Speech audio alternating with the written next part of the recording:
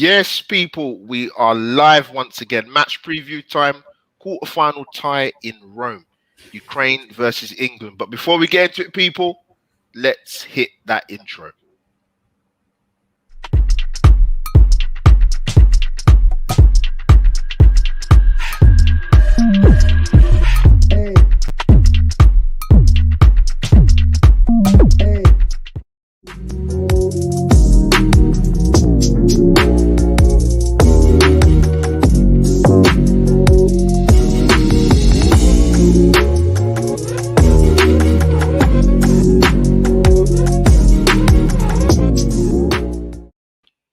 Yes, people, once again, match preview time is here. Smash the like button if you haven't already. But before we get into anything else with my co-host and my very special guest that's going to come on, if you don't know what to do by now, you should know what to do.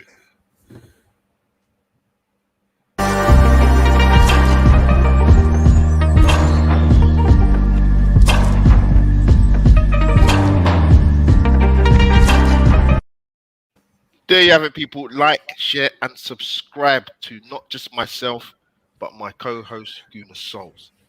Audio listeners, I will be putting this on Spotify and Anchor. And like I said, guys, get me on my Twitter and Instagram, which is at the top and the bottom of the screen, just to double check. But yeah, Souls, once again, man, another preview show, man, another content to this Euro 2020 series, bro. How you been? Yeah, man, I'm good. Another preview, another extra time. That's just the way it seems to be going, innit? Twice is that, and it's been Spain. Now, yeah. I think if Spain are playing, just don't do it. Well, no, that's true. It's unfortunate, mate. It happens in tournament knockout football. I've tried to schedule the games, I've tried to put them in between, but it's just not happening with Spain. Yeah. But big up people in the chat already. Lottie, thank you. This is also going out on Facebook Live as well as YouTube. But further ado, you guys would have probably seen his Twitter handle go along the screen. We've got England, Arsenal football royalty coming in to join us for this match preview. Bring in my guy Keith Solzy. Keith. Hello, welcome. How you doing? Yes, well, it's missed you, man. Welcome back again to the channel, of course. You joined us on the Euro 2020 preview where we had millions of guests coming on, and yourself, and obviously sideline talk with Den coming on. Welcome again, bro. Can you hear me, Keith? I think he's gone. Is he gone, Solzy? I don't know. He's frozen. Oh no! Just when we gave him the big billing, man. Keith, what I'm gonna do is if you can hear us, I'm gonna take you out. Just come back in again, mate. We'll get Keith back on. Don't worry, man. We're gonna get the legend in, man. The mad rambling. But yeah, preview time, man. It's not gonna be a long one because it's a Friday night, people, and you want to get your takeaways and watch some more football. And I obviously want to catch the big game coming up, Italy, Belgium. Keith has just come back. I think introduce him again. Is he there again? Oh no. You'll join us. Keith will be with us, people. Don't worry, man. Yes, Lottie, the shirt finally. Yeah, quality shirt, man. Score predictions. We will touch on that, Ricky. Trust me, we will touch on it. So Souls, yeah, sort of preview big game tomorrow, 8 p.m. kickoff. I mean, I don't really think it makes a massive difference at the games in Rome. I actually think it's probably a little bit of a good thing for England to get away from the bubble of being in England, but it's not like they got to travel to Australia, mate. You know what I mean? It's only his road, but yeah. What's your thoughts about tomorrow, man? Excited? Yeah, I'm excited. I think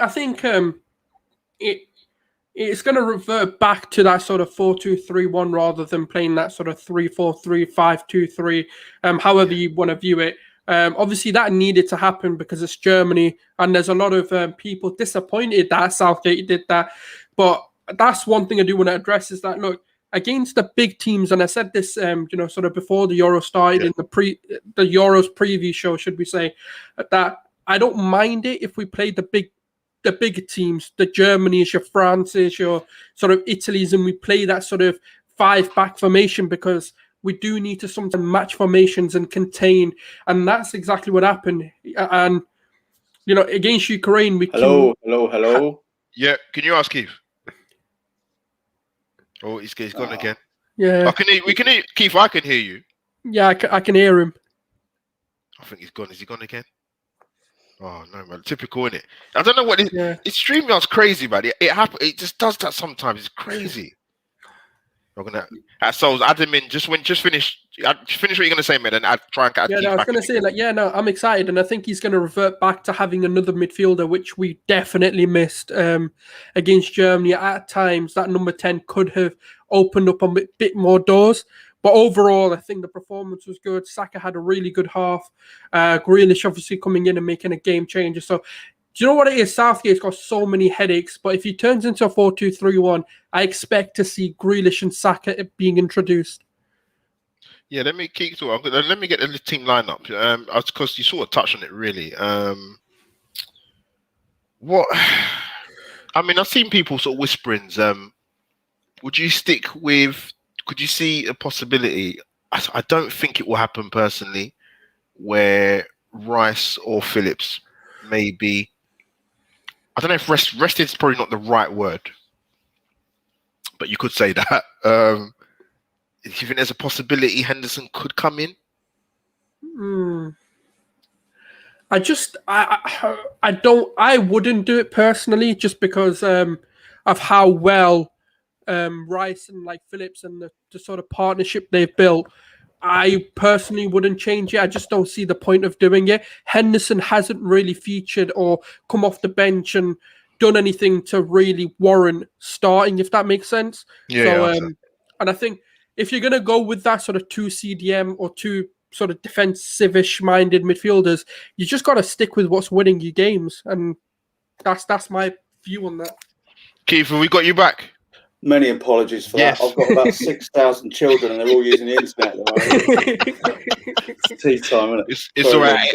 It happens, man. But Keith, we're glad to get you on. Such a wonderful intro as well. But no, Keith, we build you up and but you're back, Keith. You're back. Glad to get you on, man. But Keith, it's been a while since we spoke. Obviously, since the start of the Euros, really, which was the 11th of June. So, firstly, sort of, what have you made of the tournament as a whole so far? And sort of leading on to, what did you make of the England performance against Germany? Okay, I'll start with like the tournament as a whole. The one thing I've been really impressed with is the referees. I think on the whole, the referees have been really good. Last couple of games may be a bit sketchy, but I've noticed that VAR has not been used like we're used to it this whole season, and VAR's talking point, and it doesn't seem to have been used as much, or it's been used in the right way. Yes. To say, instead of like the referees, they seem to have had all the power taken from them. But I think here it's been much better, and it's only really if somebody's seen something that maybe the referee hasn't seen, then it's been called in. So I think it's been used a lot better. I've been taken by a lot of the teams that, I mean, we all picked dark horses, and most of the dark horses that everybody I know has picked has gone out. I think a couple of people picked Belgium. I went for Belgium actually as a dark horse. I went for Italy. Yeah. I mean, Italy, they are a dark horse. I think they'll probably be in the final. I know some people picked Turkey, and they were shockingly bad. Wow, yeah. But you look at Switzerland against France, and then tonight they're doing it again. It won't, doesn't seem to be a one-off. They've impressed me massively. I'm trying to think who else. Switzerland stuck out for me. I mean, the game. Spain against Croatia, I actually fell asleep on the sofa while that was on. And I woke up, I looked at the telly and it said 5-3. I can't believe it. I was like, man, not tonight of all nights. It was like probably the game of the tournament. And I slept through that, weirdly enough. But the England versus Germany, I was a bit nervous to start with. Obviously, it's Germany. I think it's like 55 years since we've beaten long time in a tournament, like 66. Knockout stage. Yeah, mad. I was really, really nervous. But I was thinking after the game, it's like they didn't cause as many problems other than the Muller chance, which I literally can't believe he missed that. I think we played well. I wasn't hugely overjoyed at the formation. I mean, I've been Southgate's biggest critic all the way through. But at the end of the day, he's doing something right. We're still in it, and we haven't conceded the goal yet. It's probably not the way I'd like to see football played, but he was a defender. But I think we did a really good job of shutting them down. I was worried about Gosens on the on the left for him. I thought he might provide quite a lot. Yeah. And we shut him down fairly well. But yeah, I think we did really, really well, to be honest. I'm optimistic. I'm not it's coming home just yet. I haven't said that. My co-host and another 30 million people said that. I haven't said that. Yeah, it's coming home until it can't. Why not? My hopes have been dashed too many times. If we get to the semi, I'll probably start getting carried away then. But I'm just, I've had a life of being both Arsenal and England fan. And England in particular, I've never seen us win anything other than Le Tournoi. Yeah, 97. Yeah, exactly. Yeah, with the Roberto Carlos free kick. Yeah. That's the only thing I think I've ever seen us win. But I'm starting to get much more optimistic as time's going on. I'm glad you touched upon that because I asked the last panel, big up G and Lottie in the panel, in the chat, should I say? They was on a panel, but now they're in the chat. But no, so yeah, because I put the question to them, Keith, and I said to Souls, it's just my opinion because I can only speak for myself. But I mean, I've seen a lot of England. Not as you've seen a lot of England. There's been some terrible tournaments. There's been some good ones. There's been some ones that they haven't even qualified for. But I always kind of get the impression that, and I can only sort of talk amongst some of the Arsenal fans I see interaction-wise on Twitter, and they're so negative and pessimistic about international football in England, and I've never had that feeling about England. I love tournament football. I do. We only get it every 4 years with the World Cup and the Euros. So yeah, I think Southgate deserves a little bit of credit in the sense of he's changed the culture of this England side. And I tweeted it the other day when some of the media stuff I think has been fantastic. The way Luke Shaw speaking about Bukayo Saka. I've enjoyed watching some of that. Bukayo Saka trying to play basketball. He's terrible at that, by the way. and I retweeted it and I said, you know what? Say what you want to say, and togetherness is not going to win you a tournament solely, but it's going to help a little bit. And I've not seen the England squad in the last three or 4 years the way they have been. The togetherness has been incredible. Yeah. And you saw that on the game against Germany. I've got goosebumps seeing the likes of Kyle Walker and Declan Rice and riling up the crowd and fist pumping. I felt that watching that. I'm not sure. I don't know how you feel, Keith, about it. If England fans, if it's the right word, if they care that much about the national side. You've kind of preempted something that I was gonna sort of bring in. Forgot the chance, and I was thinking about the quotes that Rio Ferdinand said about, you get your Man United lads on one table, your Liverpool lads on another, Chelsea on another. It's like, how can you have a national team like that? It's ridiculous. And I mean, totally 100% mirror what you just said. The atmosphere with the lads, they're all in it together. And Luke Shaw will have played against Bukayo Saka. He's left back. If Bukayo's playing on the right wing, they've gone up against each other. If they haven't, they will do next season. And the things that he's saying about him, that's real togetherness. Yeah. And I've seen some stuff on Twitter. I'm not going to name anyone, but there's people calling someone else out because they're cheering on players from other clubs for doing well. But we're England. I'm glad you brought that up. Sorry, keep talking, mate. Sorry. I know that my best mates who go out drinking with and stuff, and we banter about football. We don't watch games together anymore because we're at each other's throats, and sometimes the banter gets a little bit too much. Yeah. So we don't do that anymore. But the other night, we're all sat in our local cricket club watching the England game. All four of us together, has brought us together, and we had this no club talk. This is it's just England. It doesn't matter who your team is. And if we win this thing, you watch how this nation goes. Like, if we get to the final, the streets will be deserted. And if we actually win it, even for a short amount of time, a bit like when we had the Olympics, the whole nation will come together. And I've got no time for club loyalties at the moment. The goal Kane scored the other night, absolutely brilliant. Yeah, I was all over the place. Sticking a Spurs shirt, not bothered, mate. But that header was not easy. It was a very, very difficult goal to take. And credit where it's due. No, I just want us all to be together. Doesn't matter about your clubs. Yeah, 100%. Sort of bringing souls with that. Yeah, Keith, you're spot on, mate. Because I know people. Listen, you probably know people. Because Kane scored that goal, didn't celebrate. To me, to me, it's instinctive to It is. That's absolutely hit it I on the can't head. understand how you can have the mindset that because the guy plays for Tottenham, you're not going to celebrate. To me, that's crackers. Soul's coming, bro. Come in. Yeah, I mean, I didn't think England and Spurs were the same team. I'm supporting England, not Spurs.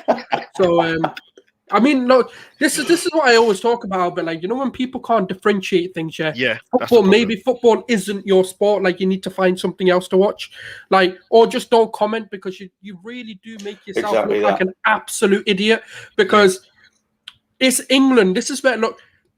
I know, like, my background's from somewhere else, but you know, I was 100%. born and raised in England. Like, this is, you know, I do have a bit of pride from where I'm from, and I don't care. Look, I like Rashford. I'm an Arsenal fan. I'm not meant to like him, but because you know, he's a Mancunian as well.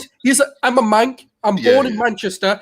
He's literally the same age as me. I've met the guy when he was a kid. Like, why wouldn't I want to, like, someone that I've known before he became Marcus Rashford that we see, the guy who's got an MBE, the one who's feeding all these homeless people. I knew the kid. I used to play in the park where he used to play. And, like, why wouldn't I want him to do well?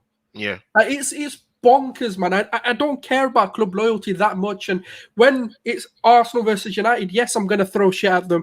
But there's a time and place to do that. Yeah, 100%. Yeah, 100%. Well said, man. Big up to people in the chat. Lottie, Georgina's in there, and I'm sure a few other people will get in there.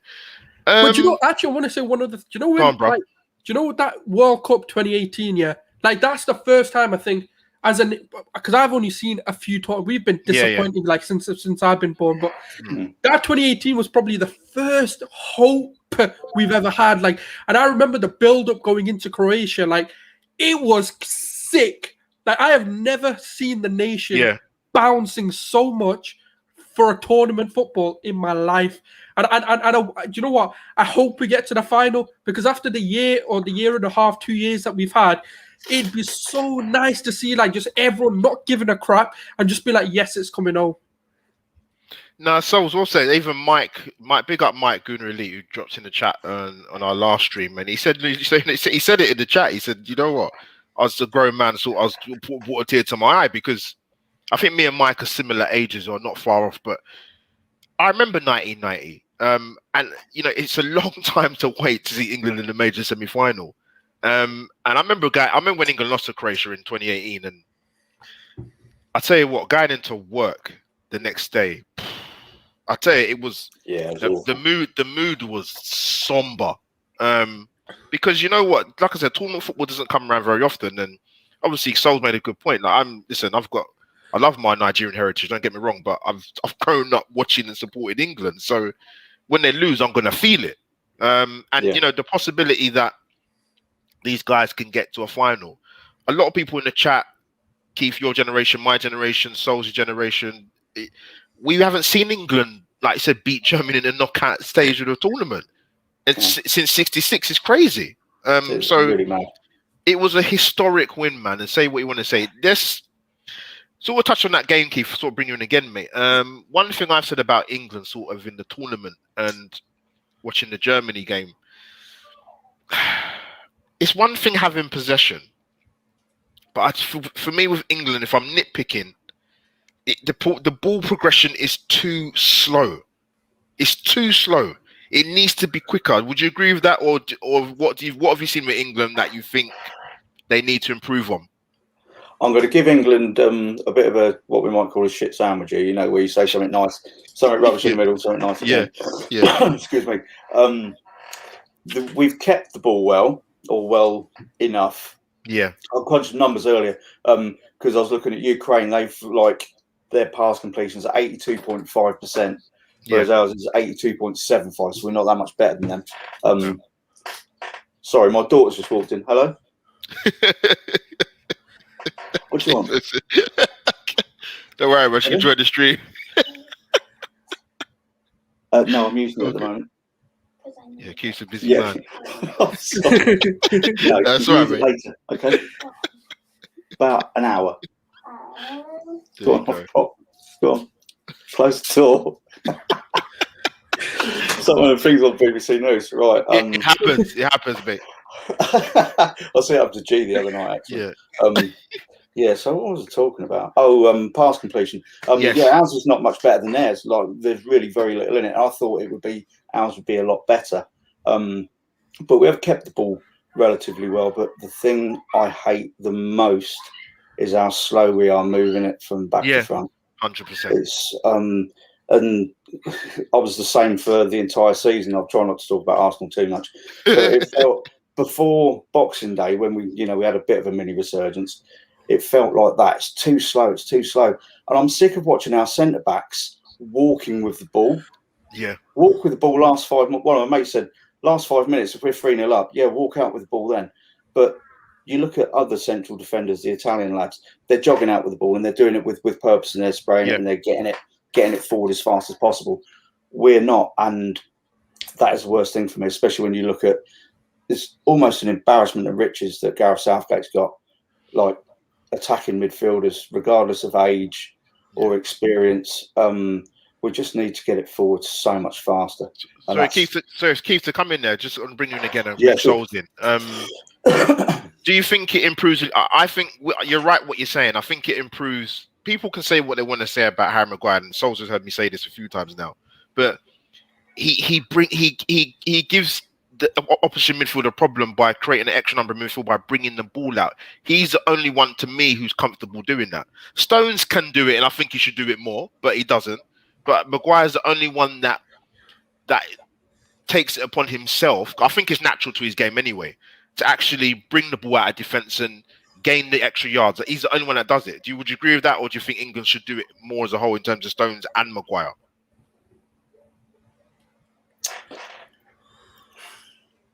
I'd like to see them all do it. Yeah. Yeah, like you say, Stones is well comfortable on the ball. Maybe it's a confidence thing with him. He was doing really, really well with Ruben Diaz this season, but he seemed to he wobbled a little bit from time to time. But he's definitely got the talent to do it, without doubt. And whoever else is playing, I think Kyle Walker's proven to be a little bit better without the ball than he is with it. His recovery is absolutely phenomenal. Yeah, the pace. His distribution has not been superb. If it's going to be a back three, but they should all be capable of doing it. They're professional footballers. So that's the way I see it. Anyway, I'm a big fan of, Holland 1974 total football. Everyone should be comfortable on the ball. 100%. Yeah, no, well said, Keith. Good points, man. So sort of touch on that. Do you want to add anything to that at all? I think kind of like G said it best. When it's overdone. Now, like Barcelona, for example, in their sort of 08, 09, 10 campaign with Pep Guardiola, they did do a lot of recycling of the ball. But the thing is, you also need to understand when to dominate the midfield. And I think too many times they had so many options to pass forward, but their first thought was, let me pass backwards. And that's the issue. It should be try to go forward first. If that's not an option, then go back. But it's like they're looking backwards first and then forward, and it's like I kind of don't get what's going on here. No, that's good. Nice, good points. It's frustrating when you watch it. You're thinking there's no need to recycle the ball as much as England does. I mean, to be fair with going sort of talking about Jordan Pickford, I think he's been excellent this tournament for England. He's looked the opposite of erratic. He looks like he's in control. He looks composed. Made some good saves. Brilliant distribution, by the way. That's one thing that I will credit Jordan Pickford for. Unbelievable. But yeah, Keith, sort of going into sort of tomorrow's game. Ukraine ranked. If you're a person that likes rankings, Ukraine are 24th in the world. I think the last time they made a quarterfinal, from what I was hearing, was in the World Cup in 2006, where they lost to Italy. Last time they played England in a friendly was 2013, 0-0. Last time in a qualifying game, it was, I think, 2014 World Cup. Frank Lampard scored as a 1-1 draw. The last time Ukraine beat England was in 2009, 1-0. So there's not been many fixtures between England and Ukraine. But are you, Keith, would you say you're quietly optimistic for tomorrow? Or where's sort of your head at in terms of the quality of opposition with the Ukraine? I'm happy with our side of the draw. Phenomenally happy when you look at what's the other side. but I'm certainly not feeling complacent about the Ukraine. I've tried to watch. I think I've watched pretty much a bit of every single game. I've watched all of most games, but I'd have to say Ukraine are not one of the sides that I was most interested in. But I have watched them, and the things I've noticed, they create a lot of chances, and they create a lot of chances through different patterns of play, whether it be from out wide, on the edge of the box, and they're not afraid to shoot. Like they'll come at you from every single angle, but the flip side is they'll give you a lot of chances as well. Yeah. I think they look like they go zonal. I don't know if they do, but from looking at how they defended, especially against Netherlands, they look like they go zonal. And where I agree with you 100% on Jordan Pickford, I was very nervous about him to start with, because I always thought he had a bit of a mistake in him, but he has looked really, really solid. Whereas their keeper, as a shot stopper, phenomenal. Some of the stops he's made, I think there was one against the Netherlands when it took a wicked deflection. He's just stuck his hand out. And I think there was one, it might have been against Macedonia, where it was curling in the top corner. So shot stopper, he's brilliant, but he doesn't command his box very well. You can see the indecision in his defenders. So I think there's going to be goals. And it could be one of those, we could be in for a really, really tough night. And it could go extra time and penalties, or we could win 5-0. It very much depends which version of us turns up and which version of them turns up. Yeah. No, good point. So before I come to you, sort of, I mean, Ukraine they're gonna have their key man, one of their key men missing out. That's Artem Besidin. If you don't know who that is, he's the guy, unfortunately, that got quite a serious injury when Sweden's is it Danielson got sent off for that not good challenge, a follow through. So he's obviously out. He's got a knee injury. That's right through till next year, unfortunately. But the three key guys in the picture you see, obviously Zinchenko plays for Man City, is there, and you've got obviously Yarmolenko at West Ham, and you've got Roman Yaremchuk, who are the three key players, so probably that will be sort of the prominent fixtures in the game tomorrow.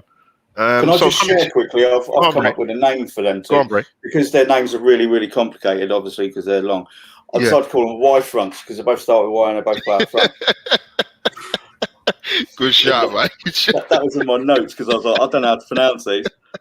They got some good. Yeah, those are the names I picked up for you. I'll pronounce them, but it looks like it might not be. I can't say for definite what Ukraine are going to do, but it looks like the fact that Artem Besidin is missing. The guy that got the winner, Artem Dovbyk, will probably get a start in. He will start the game tomorrow. Good goal and a good headed goal actually. In the extra time win against Sweden. I do think if Sweden hadn't gone down to 10 men, I actually personally think they would have come through. But you know what happened, and it was a sending off, despite what some of the ex-professionals would say. But so I'll bring you in, mate. So what's your thoughts about maybe the danger of Ukraine, or how you think the game's going to go tomorrow, even from an England point of view? Yeah, it's pretty much one way or the other. It could be us absolutely pamming them, or it could just be one of the tightest games that we play. But the one thing that I'm quite confident about is defensively we've looked good. The only time I've really been kind of on edge, should I say, was that Muller chance. Because he should be scoring that every day of the year. He missed it, yeah. But other than that, I think we've been solid. We've been commanding. We've looked like a team for once, rather than individual players trying. And it's like Saka, Grealish, Sterling, Kane's the only one where I want to see a bit more. But no one seems to be playing for themselves. It's like, no, we want to play for England. Like, we want to play for the team. We want to play for the fans, and that's what shows. And I think Ukraine are quite similar. They're playing off the energy. They're playing off the fact that they've come this far, and they are exceeding expectation. I don't think anyone really expected them to come through to the quarterfinals. And you know what? Like, we should be beating them in reality. Like, if you look on paper, we are a lot better in terms of quality. They've got a few key players, but that's it. We've got a good team. There isn't really a player or a position you can pinpoint and say, oh yeah, that's the weakness. Because we do and we don't. but it's just the quality of the individual players aren't a weakness. Whereas in Ukraine, it's like they're a very unknown entity in certain positions. We have not seen a lot of them play. So I don't know. It's knockout tournament can always bring surprises, but I don't think this is where it's going to be. Personally, I think we should be beating them, and I'm quite confident. I'm not even quietly confident. I am actually like I'm quietly confident.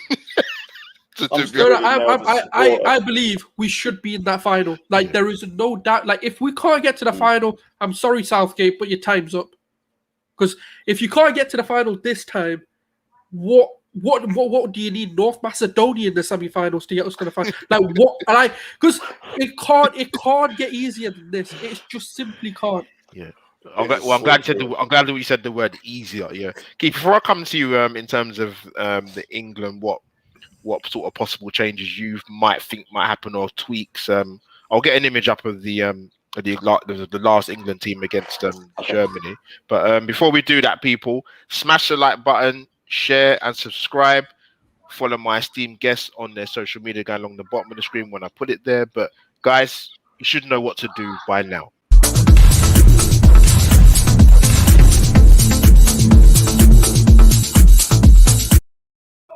And there you have it once again, people. You know what to do. Like, share, and subscribe, like I said. Yeah, Keith, in terms of the England lineup, I actually think there could be a couple of changes. I won't go further than that because people will say, well, why are you changing the winning team? You can change a winning team. It's not impossible.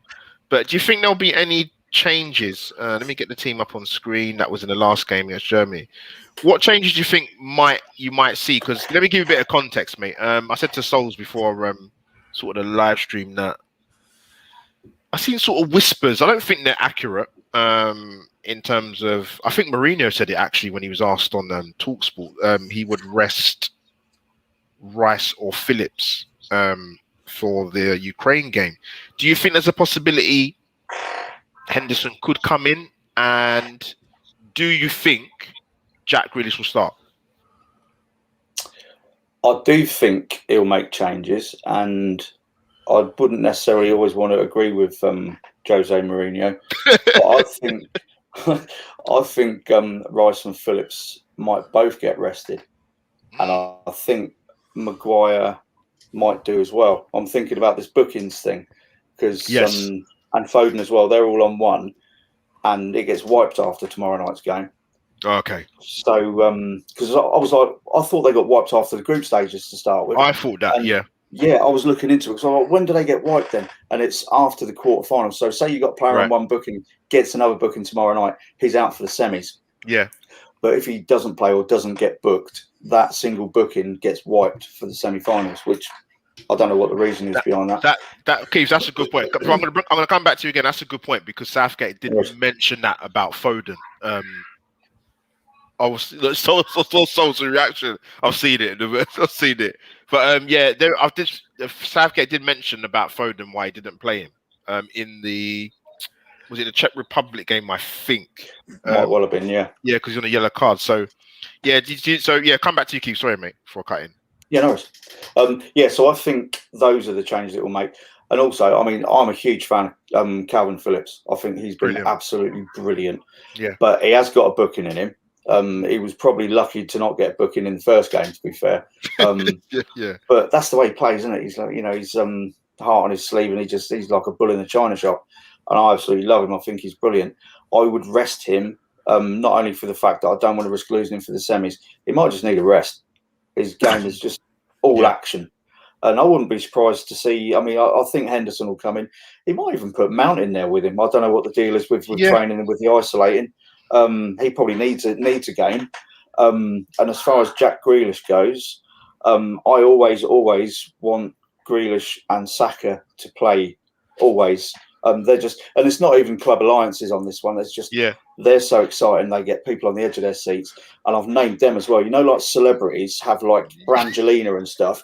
Right, they're Jacka, JA for Jack, and KA for Saka. Jacka. I would always want to see those two play together. No, good shout, bro. Especially at the same club, as long as it's ours. Well, never say never. Never say never. Yeah, no, but yeah, I'll put him in every day of the week. But yeah, so you sort of touched on it, sort of refresh people. I think in terms of, do you think there'd be any changes quickly, or you kind of on the fence still? I mean, no disrespect to Ukraine. I think we can make changes and still have a strong enough team. Yeah, 100%. I think this is the time where you bring in Grealish and Saka together. I think number one, Grealish hasn't played a lot, Saka hasn't played a lot, so why not? And I think I think, you know what? If Henderson comes in, he can be a lone CD. Yes, Switzerland. Come on. What's the score? I'm purposely not watching it. No, Spain missed the first pen, and then Switzerland just missed the pen. So it's all kind of even now, isn't it? I was going to say to Lottie and G in the chat, thank you. Drop in the chat what's happening with the penalties, but So's really doing his multitasking. It is hard. Oh, sorry, we laugh. But you know what? Yeah, you can't. I think with Hendo, like if he comes in, the only positive. Well, I don't know whether Southgate will do this, but the positive for me is that he can be a lone DM. He's done it for Liverpool, and I think he's really. Anyways, let me finish this now. Like, concentrate. And then you can bring Mount in, and then obviously because you said Foden's on a booking, and then he could be missing. I mean, I don't know whether he'll play him in the semi-finals anyway, so he could be risked. But you can do that. Then you can bring the likes of Mount and bring in the Foden into the same midfield. Oh my days! So, so yeah, it's just there's so much you can do. And then obviously Tyrone Mings, to be honest, has had a really good tournament. So you could bring him in for Maguire, for example, and then obviously keep Stones in there, or bring Ben White and Mings in, and then. But I do think he will change it because I don't see the logic in playing a 5-back and not having a number 10 in this team. Yeah. Or some an advanced playmaker but playing in the midfield of a 3. So that's just my thoughts on that. I think there will be changes, but I just don't know how many. I think 2 central defensive midfielders is too much for 5 at the back. It's too defensive. I'd like to say, I mean, Sol's are absolutely right. Stick Henderson in there, he can do that job all day. Yeah, and 100%. Mount's better going forwards as well. So if he was in, then that's an extra body going forwards.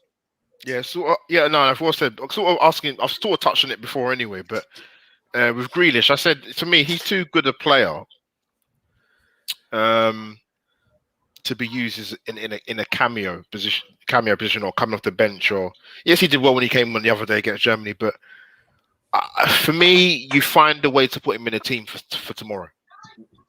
100%. To me, I don't see why he wouldn't play. He only played 20 minutes against Germany, so what he'd be my number 10. He'd be playing tomorrow. Yeah, he would. So, do you think yes or no? Do you think Grealish will start tomorrow? Yes or no? Souls. He should. Yeah. And I don't see a reason why he's not. So I'd say yes on that basis. No, I said. Keith, what about you, mate? I agree that he should. I've got a horrible feeling that he won't. And I'm saying about Mason Mount coming in. I don't want Mason Mount to come in and take Grealish's place. Because I think Grealish brings a lot more. And I've got a horrible feeling he probably will be on the bench again and used as an impact, which saddens me. But hopefully I'm wrong. I really hope I'm wrong on that. Yeah, I do. Yeah, I don't know where the changes will be, but I do. This guy so sexy laugh because I can see it in the corner of my eye. I was turning around and see. I'll go by Soul's reaction, but we're going to wrap up soon anyway. So I was looking at sort of the odds for the game. Ukraine 17-2, a draw 17-5, England 2-5 to win. So score predictions, guys. We're going to wrap up soon in the chat. So do your virtual hugs and virtual waves goodbye soon, very soon. But score predictions for tomorrow. Going to come to my esteemed guest Keith. What's your gut feeling, mate? My gut feeling is another 2-0. I do think another 2-0. Solid scoreline. It could potentially be 5-3. I was looking at how many shots we've had compared with them. I think we've had 27 shots. They've had like 40 or 59 shots against them. So there's going to be goals. So it could be 5-4, but I think 2-0 to England normal time. Good score. Good solid score. What did I think? Did I go 2-0? I'll have to rewatch my own show. I think I went 2-0. I'm not sure, but I will go. I will go to the Souls. My co-host, what are you saying score-wise, mate? I think England's going to break one of the biggest records in the Euros. Yeah, no, just seen. I'm just trying to contain it in it. I'm just trying to be like, you know what? I think England are going to go this tournament without conceding a goal and actually win it. And I think this is going to be a 2-0. I don't think we're going to concede this whole tournament. I mean, they've, like I said, they've got some danger men, obviously, with Yarmolenko and Yaramchuk. So we'll see, depending on what Southgate does. But I do actually think minimum there'll be 2 changes. Grealish, I would like to see, and I could see a situation where maybe Phillips is not playing. I think those are the 2 feasible inclusions into the side. So but no, guys, big up to you guys in the chat. Georgina, Lottie, Gary, thank you for coming in, because again, me and Sol's done a live stream when the game went to extra time. I'll bet on that next time, by the way. Next time we do live stream, I'm betting extra time. Yeah, cheers, guys. But no, people, smash the like button, like I said. Subscribe to my channel. Subscribe to Sol's channel. And Keith at Mostly Arsenal. Subscribe, people. Audio listeners, this will be put out very, very shortly. So if you like the sound of my dulcet tones, then you'll enjoy the podcast. But Keith, thanks again for coming on, mate. Thanks for having me. Yeah, pleasure. Absolute pleasure, man. Thanks for coming on. Like I said, guys, go and find Keith at Mostly Arsenal. Go and check him out, people. Souls, my co-host, brilliant as always. Still more content to come. Oh yeah, you just reminded me, Souls. We will be back tomorrow for the watch along. Have I put a time yet? No, I haven't even put out the details yet, but it'll be more or less kind of 7:30, 7:45. RJ Wills hopefully will be joining us, and I might have one more person. Not sure yet. Just gonna write the details. But guys, if you don't like swearing, don't watch the watch along, because it's gonna get more heated. Trust me, it's gonna get more heated. But people, match review, man. Sorry, match preview. Always get that mixed up. Preview review is so close. Match preview is over and out. #AlbertJTV. Next stop, quarterfinal in Rome. Peace out, people.